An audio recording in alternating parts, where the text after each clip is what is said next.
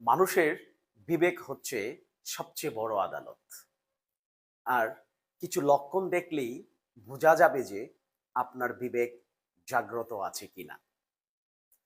যেমন ধরুন, অন্যের কষ্ট দেখে যদি আপনি সুখ পান, অন্যের সুখ দেখলে যদি আপনার হিংসা লাগে, অন্যকে উপহাস করে যদি আপনি মজা পান, ভুল করলে ক্ষমা চাইতে যদি আপনার ইগোতে লাগে, সুযোগের অভাবে যদি আপনি সৎ হন, ক্ষমতা দেখাতে যদি আপনি পছন্দ করেন, নিজেকে নিয়ে অহংকার করতে যদি আপনার ভালো লাগে, গরিব মানুষের সাথে মিশতে যদি আপনার লজ্জা লাগে, সত্যকে সত্য এবং মিথ্যাকে মিথ্যা বলতে যদি আপনার ভয় লাগে, তাহলে ধরে নিতে হবে আপনার বিবেক মৃত।